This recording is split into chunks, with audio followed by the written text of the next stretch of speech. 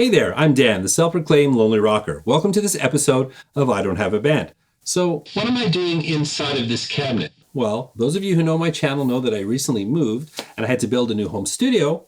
And this studio used to be a kitchen. And this space is where the fridge used to be. Now, my original plan for this space was just to turn it into a closet for my tripods and lights and things like that. Maybe just put a curtain here. But the more I looked at it, I thought, I think I could turn this into a vocal booth. Now, for my needs, it's mostly voiceover, but certainly a studio, a vocal booth would certainly come in handy. So that's what we're going to do. I'm going to convert this into a vocal booth, and I'm going to take you through the steps. Why don't you join me?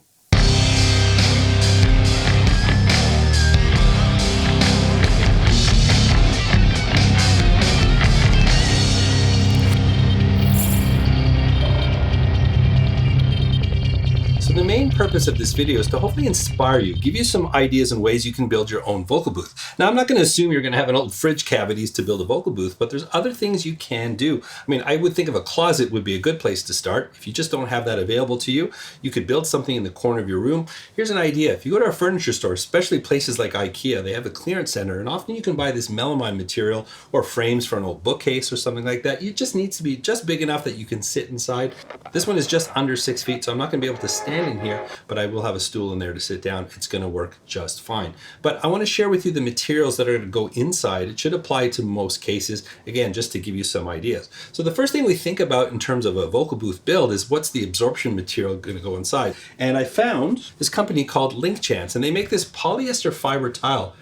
You know what? What's the first thing you think about when you buy that acoustic foam? It stinks, but this has no smell whatsoever, and it's not flammable, and they claim to have good acoustic properties. We'll find that out in a second, but they were gracious enough to send me 4 bundles of this material for this build. This is not a sponsored review. They're not paying to be in this video, but they did supply the material, so I want to thank Link Chance. I'm going to put a link in the description if you want to check out more information about their tiles. I think they come in different colors and things like that. So that's the main acoustic absorption material, but there's a lot of other materials that are going into this build. I want to share that with you, including some video features. Yes, video. So let's take a look at the list of materials going into my booth.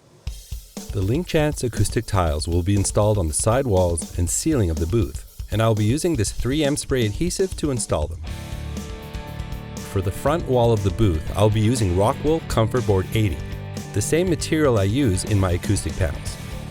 This will be double wrapped with a lighter fabric on the inside and this gray fabric for the outside.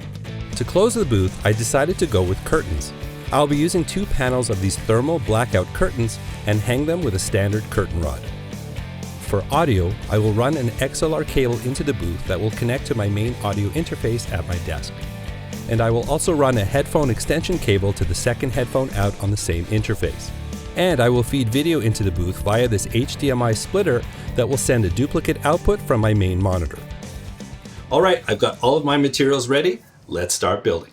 One thing I had to do prior to starting the build was to close off the top near the back, as this was open to the ceiling. I cut a piece of plywood and installed it with L brackets. I installed it a little higher than the rest of the booth so I could hide some recessed lighting.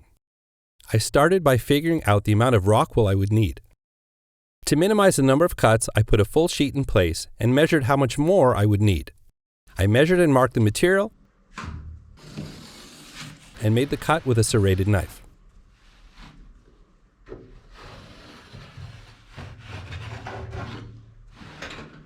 Before wrapping the insulation, I checked that my cuts were accurate. To wrap the fabric, you just need enough extra fabric so you can hold it firmly while stapling. This layer won't be seen, so it doesn't have to be perfect.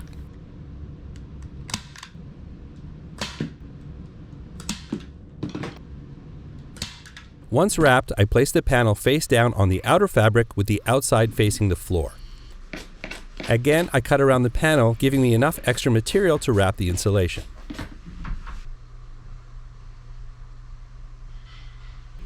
I have a very particular way I like to fold corners. Probably overkill for this project, but I explain this in more detail in my cheap and awesome acoustic panels video. Link in description. Just carefully fold and staple around the insulation, pulling tight enough so no creases form on the front.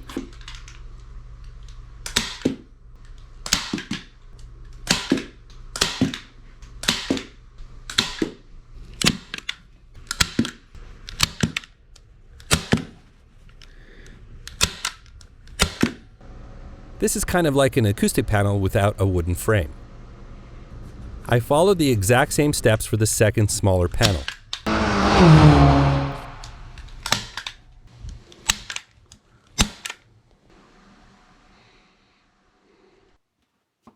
I carefully measured them so they would fit snugly inside and wouldn't require any additional adhesive or mounting hardware.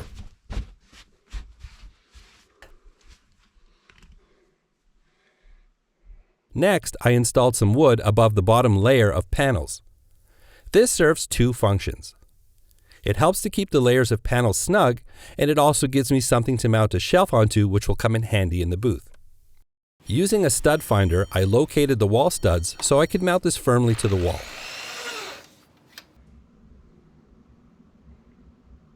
Next, I measured and cut a piece of comfort board to mount into the recessed ceiling. Sorry for the unfortunate angle.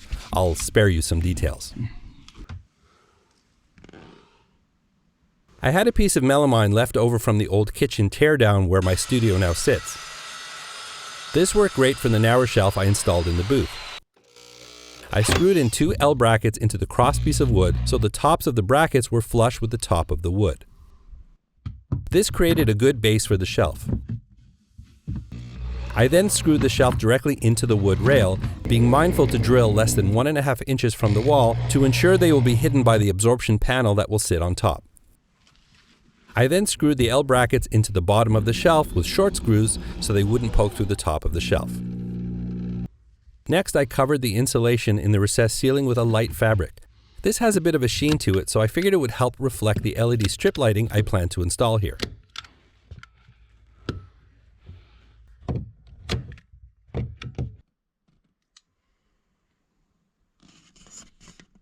I made another panel like the previous two and placed it above the shelf. Again, this is nice and snug, so it doesn't need any additional adhesive or hardware.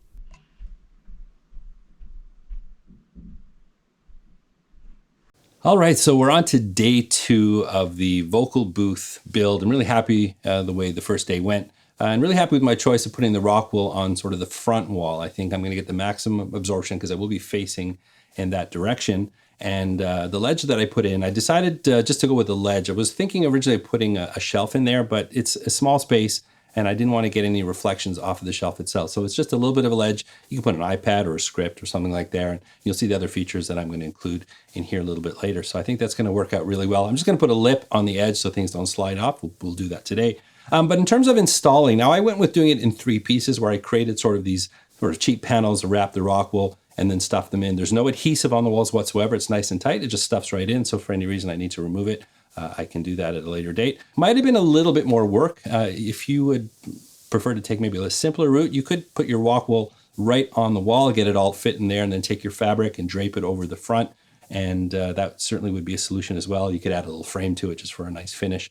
Now, speaking of the fabric, I know I'm going to get 100 questions about it. The fabric that I use is very similar to what I use in my acoustic panel builds. It's what I think you'd call upholstery fabric.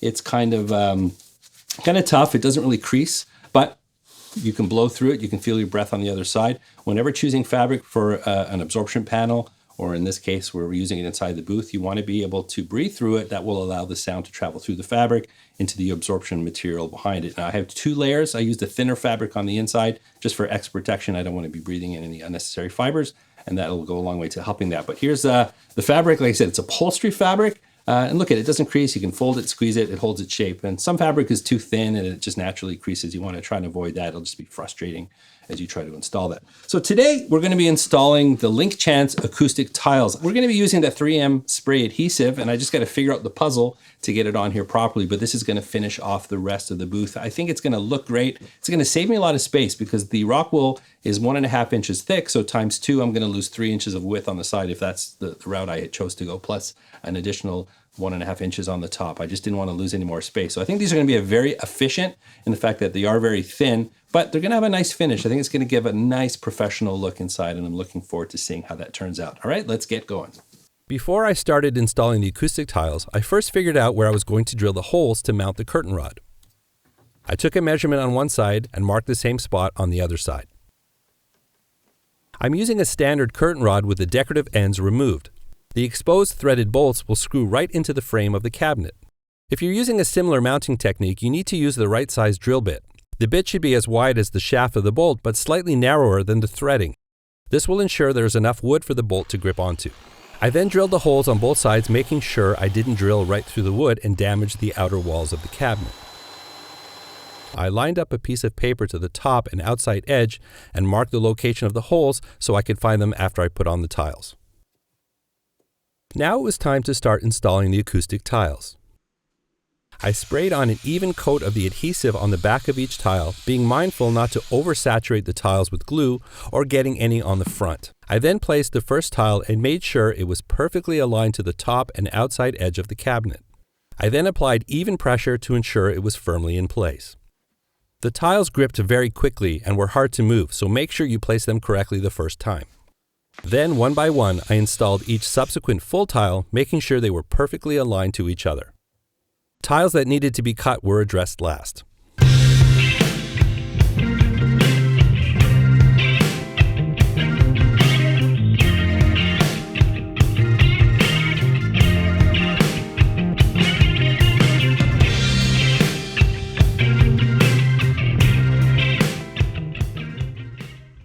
Hey, are you enjoying this video so far? If so, perhaps you'd consider clicking the like button or one of those other gestures. It goes a long way to helping this channel, and I really appreciate it. All right, let's get back to the video. Next, I tackled the ceiling of the booth.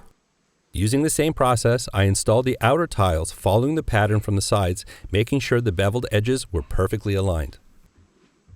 The challenge here was the space remaining for the middle row was smaller than a full tile. I decided to try a free-handed angled cut to see if I could match the beveled edge.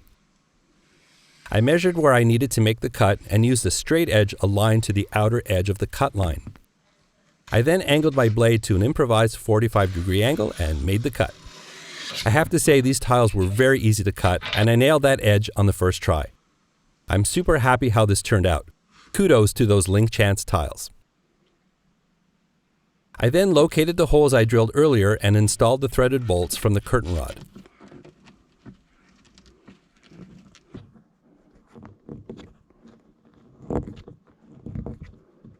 Next, I screwed on one end of the curtain rod, slid on the two curtain panels, and then screwed on the other end of the curtain rod.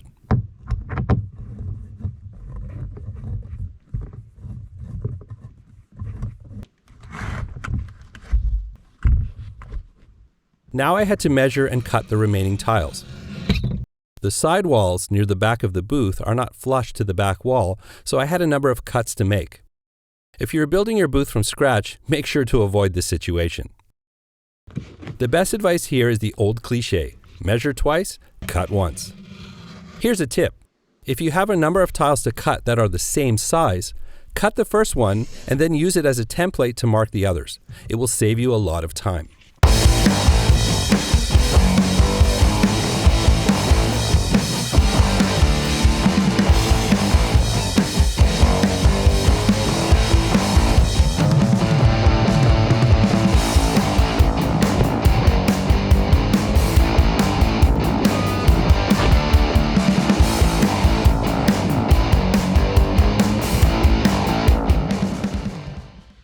Lastly, I did a little detail work to finish off the booth and mounted an LED light strip. I cut some leftover fabric to cover the exposed wood under the shelf and installed a lip for the shelf so things won't slip off like scripts and devices. I drilled a hole at the bottom of the booth to feed an XLR cable for a microphone, the headphones extension cable, and an HDMI cable.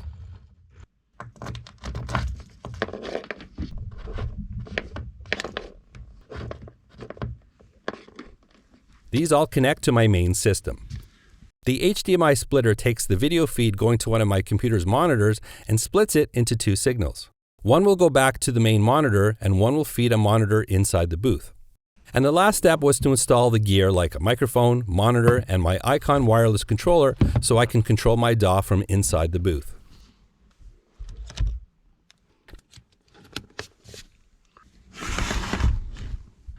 Before the big reveal, it's worth noting, if you haven't figured this out already, this entire voiceover was recorded inside my new vocal booth. Let's listen to a before and after, and then I will reveal the finished project. Hey there, I'm Dan, the self-proclaimed lonely rocker. Welcome to the inside of my vocal booth before I actually turn it into an actual vocal booth. There's no acoustic treatment in here, no infrastructure, but I want to hear what my voice sounds like before we get to work and build an actual vocal booth with all the proper materials in place. Hey there, I'm Dan, the self-proclaimed lonely rocker. Welcome to the inside of my new vocal booth. You've seen all of the steps it took to build the booth, and now I want to show you the results of all of that effort. I think you can definitely hear the difference compared to the first example I recorded before I installed all of the acoustic materials. Hey there, I'm Dan, the self-proclaimed lonely rocker. Hey there, I'm Dan, the self-proclaimed lonely rocker.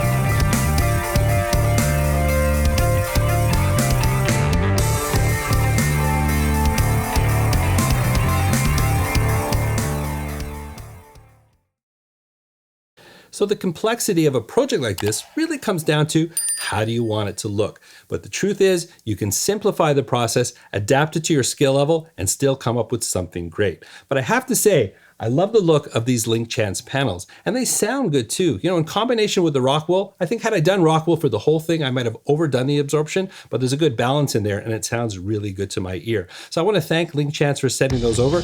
You guys rock. Hey, you got a home studio and you want to learn some cool stuff? Well, I got a couple of videos right here for you to check out. If you want to support my channel, I'm on Patreon. I have affiliate links. All of that information is in the description. But the most important thing is to remember, you don't need a band to rock and roll. You can achieve some great things on your own. And I hope I'm going to see you soon in another video.